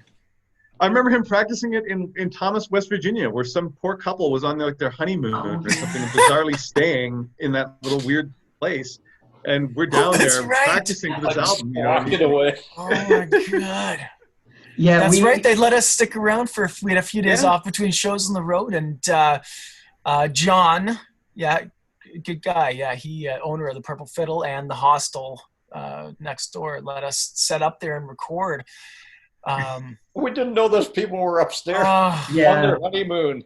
Oh my God. They had booked one of the suites upstairs in this like bed and breakfast, and we set all our stuff up in the living room, and we spent like 3 days drinking and writing songs and like playing bagpipes and saxophones and God knows what else, just cranking stuff out, not realizing that there was this couple up there trying to enjoy their honeymoon until like we'd been there for 3 days, and then they came downstairs and introduced themselves. Yeah, and they yelled down, "Hey, can you guys play Bolero?" I feel like I do remember them having to actually come and go down the stairs while we were in, like, we're rehearsing away and doing whatever we're doing. It's like, oh, there's those guys. Hi.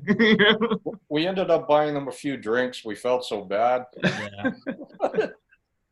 So funny. Yeah, I'd forgotten that. There was a few songs that we sort of fleshed out there in Thomas, West Virginia, next to the Purple Fiddle when we were there. But yeah, this is one of them. And Craig, you had inherited a couple of saxophones. Is that correct? Yeah, I had. Well, I inherited them later after my dad passed away, but my dad had given me one, and I took it on the road, and I thought, now's a good time to learn. And he'd been teaching me, and it was comical with my dad trying to teach me how to play saxophone, because I remember I had it, like I put the the mouthpiece on, and I was trying to play it, and he goes, "No, you have to turn the mouthpiece so you can play it. What, you going to play it like this?" And we broke up laughing. It was so funny. So anyway, that's beside the point. But yes, I brought it on the road with me. Yeah. And this is the only song you played it on, and not for terribly long, because when we got to the studio, yeah, I guess we felt like the album was a little bit light on pipes. And this is a song that was very challenging for you to move to bagpipes, because it contains a very prominently featured note that doesn't exist on the bagpipes. Yeah, that's right. Yeah, the flat. I've got a flat seventh on the pipe, so I had to make an adjustment, shall we say, with a drill. I had to create another note on the chanter, the bit you play on, that is not normally there. So I had to have a G sharp. I had to get a G sharp on there. I had a G, but not a G sharp, which I needed. So normally you have 9 notes on the pipes. Thanks to Enter the Haggis and the writing of these fine fellows, I've had to come up with other ones. So. And I remember live, you would have to use tape to cover the normal hole. In order to play this song, you had to adjust the chanter on the fly. You had to tape over one of the holes and untape this new hole, so you could it was almost like having a key that you'd see on like a saxophone or a clarinet or something. Yeah, and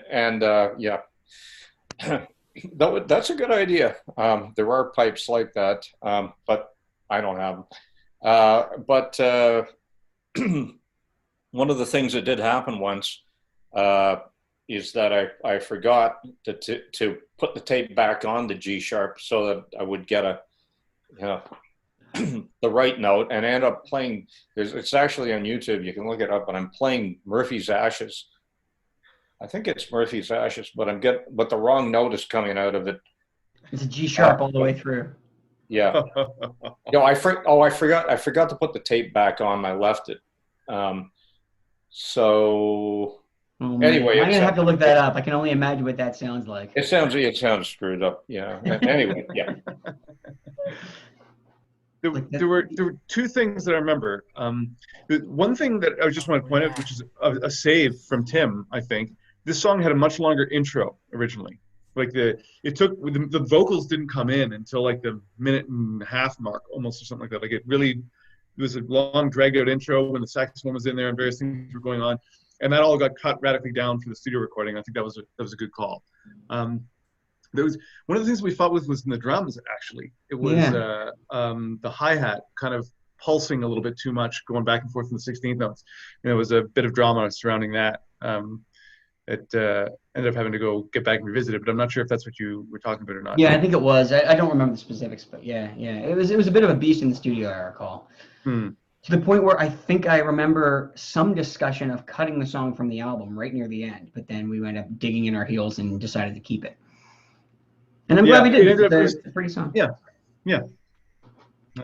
So this one's called Lights and Cars.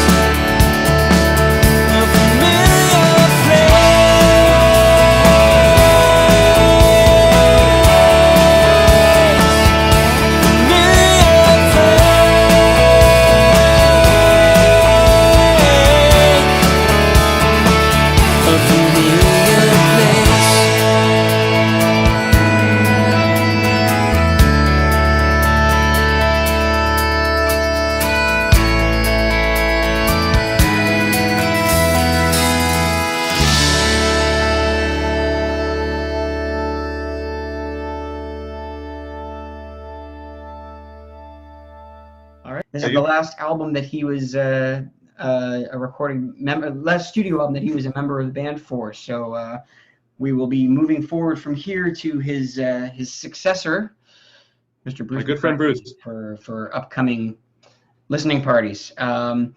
But this song, it's the last song on the album and remains to this day very possibly my favorite Enter the Haggis song. It's high up there for me too. Yeah, I'm really proud of this one, and it's always one that I try and put in the set list and Trevor vetoes. Why do you veto it, Trevor? Or Why? Because I have a tendency to forget the lyrics. There are a lot of lyrics, and we always play it at the end of the night, and my brain is tired. Yeah. Well, I'll let you, Trevor. You've told the story 100,000 times on stage for fans at shows, but for anybody who hasn't seen us perform this particular song, maybe you can fill them in on the story behind these lyrics.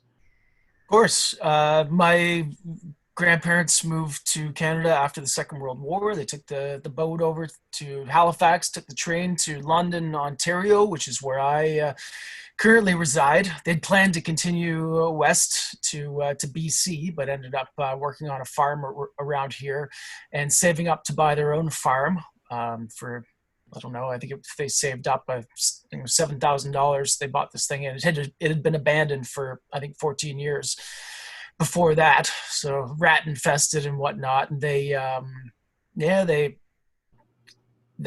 worked the earth, and they fixed this place up, and they made a real home and life for themselves there. The farmland, they worked very hard to make sure that they ran a successful farm, and the oil pipeline company ran a pipeline through the farmland and made a real mess of the farmland. Basically what they did was they had no concern for the land, or no real knowledge of how the layers of soil work. So what they ended up doing was they dug a massive trench across the farmland and ended up just dumping what they'd picked up off the bottom, which was clay, onto the top where the topsoil should have been, which had taken 1,000 years for this topsoil to come into existence. And my grandfather, Peter, was a writer and a farm writer and editor, and he wrote several books on farming. And he was a stubborn guy, and he decided to see what he could do to prevent this from happening to other people.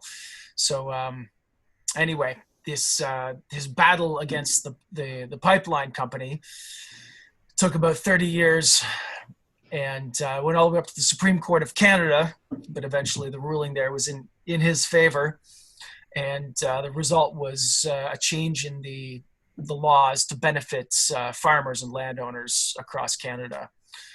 And for his trouble, he wrote a book based on that particular saga in his life, and he was given an honorary doctorate of laws from the University of Western Ontario as well for it. So cool. So it's very sorry about that. Very important family story for us, and I was very pleased to be able to work it into a song that I could share with other people as well. The recording of this song, it's another one that was kind of done in two parts. Our friend Mike Olson came in and played cello over the outro, but it was written very much in two parts. Trevor kind of had the whole song. I think I contributed the bridge chord progressions or something. Yes, like you did. Yeah, I remember that you suggested that at in Picton when we were working on that. And the outro, of course, is... I had this piano part. That's right. I had written for some reason, I don't know, and these guys, I think, heard me playing it. I don't know when the suggestion was made to make it the outro to this song. It sounds like it fits so naturally now that it's hard to believe it was written completely separate. Yeah. But the flow from the main song into the outro was kind of a lucky accident, and it builds and builds and builds. I'm going to tell really, really quickly. I have two stories about times we performed this song where the outro was an absolute train wreck, and the outro's kind of fun because it's 3 bars of 7 and a bar of 6, kind of over and over again.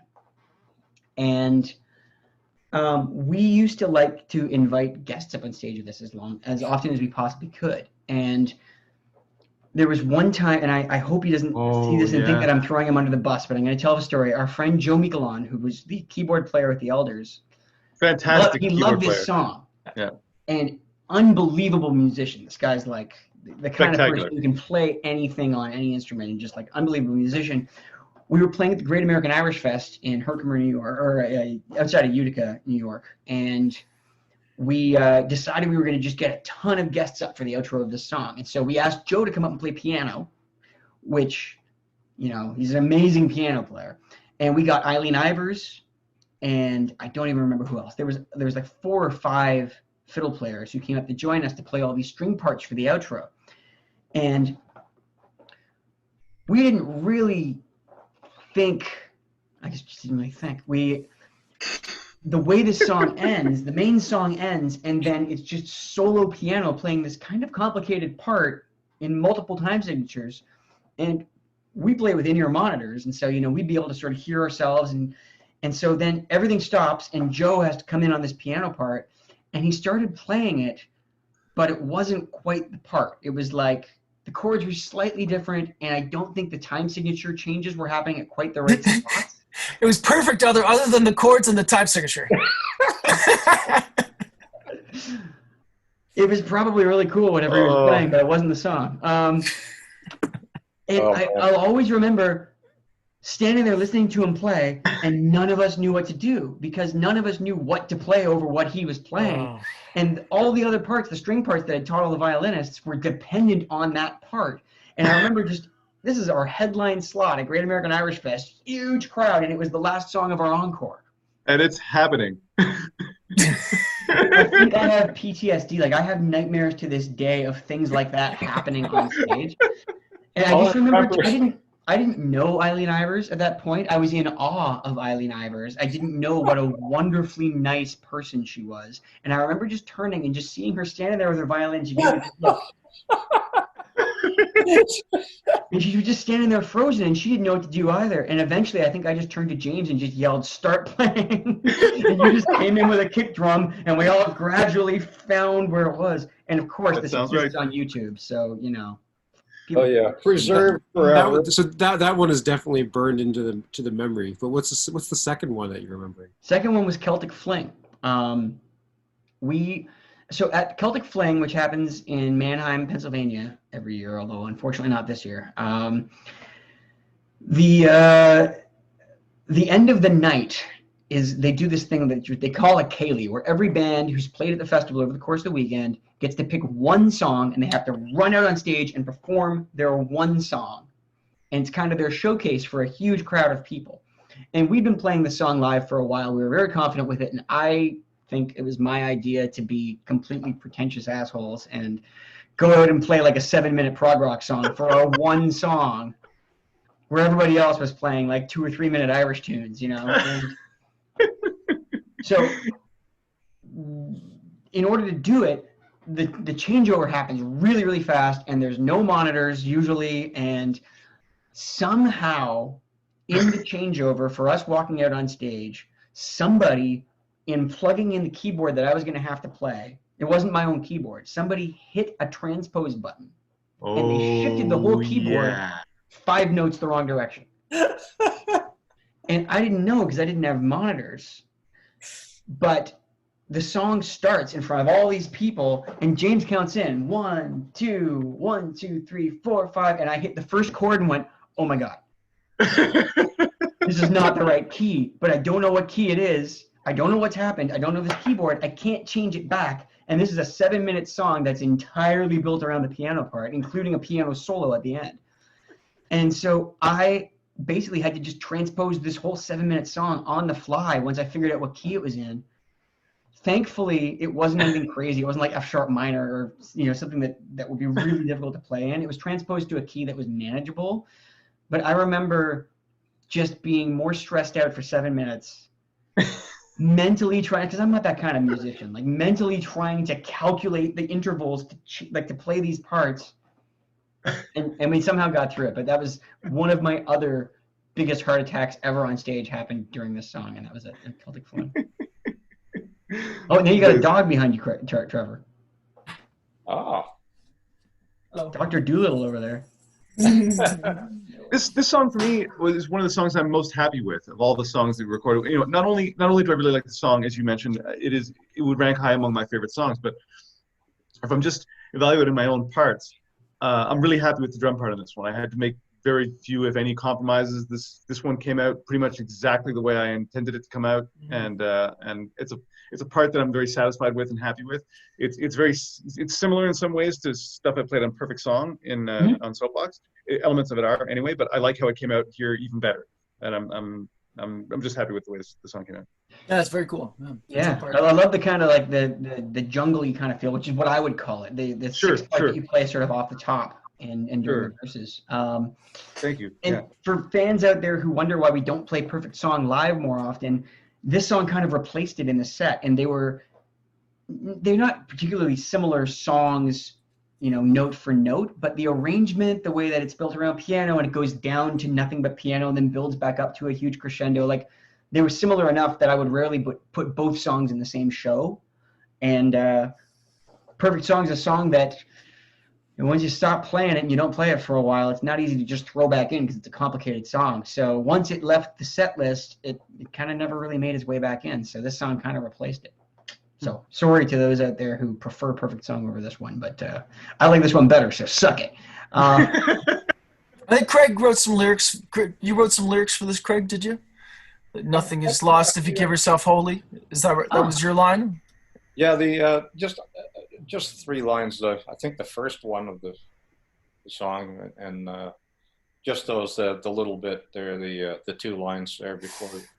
Nothing is lost if you give yourself wholly. Nothing is gained if you keep it inside. Yeah, and that's, to me, that's one of the most prophetic lines of the song. I feel like. I mean, well, thanks for letting me be a part of the song, man. Mm-hmm.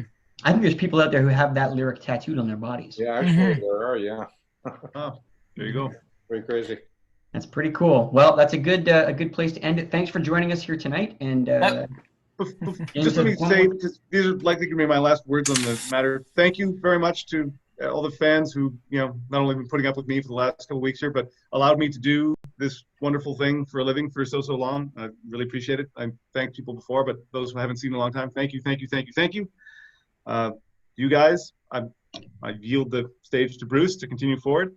As a wise man has often said, you know, the doors we close behind are never locked and always drafty. And it's been fun to kind of go back and revisit some old memories with you guys. It's great to see you again. Great to spend time with you. And, yeah, likewise. I'm so happy that things continue to go well. I love the music that has happened since I've been gone. Many of my favorite Enter the Haggis songs have been released since my time. You guys have done wonderful stuff, and I'm so pleased that Bruce has been the right guy for the job. I felt confident he would be, and anyway, well done. Anyway, I'll stop talking now, but thank you to everyone. Thank you to you guys. That's great. Thank you, James. It's been a pleasure hanging out with you again, James. And likewise. And revisiting all these old memories and everything else, too. So thanks for joining us. Yeah. My pleasure. Thank you for having me. All right. This one's called Broken Line. Thanks a lot, guys. We'll see you in a couple of weeks.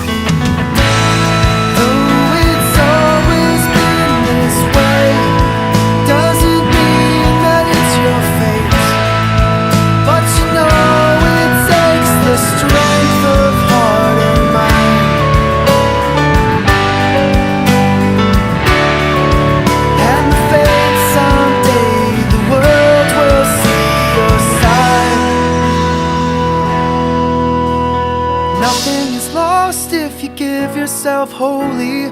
Nothing is gained if you keep it inside. Hold your ground on the wrong side of the plow. They're close now to a cold black broken line. Hold your ground when they come to cut you down. They're close now to the rock that breaks the times.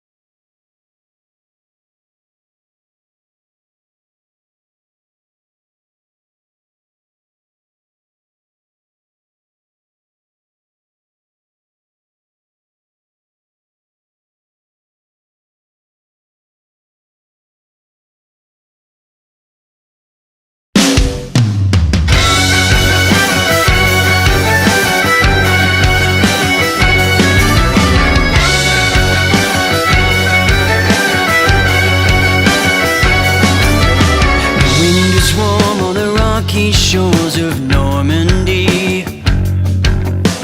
Just another 1,000 steps and she'd be free. Sharpen knife to cut loose ends. Hold your breath and turn your head. Drunken boat alone upon an angry sea. Oh, you good king's daughters, come ashore. Oh, you good king's daughters. Looked up through the wet snow to a wall of stone. Held her dress up carefully with legs so cold. Uniforms in ordered lines, soldiers on the riverside, making landfall quickly as the water flows. Oh, the good king's daughters come ashore. Oh, the good king's daughters.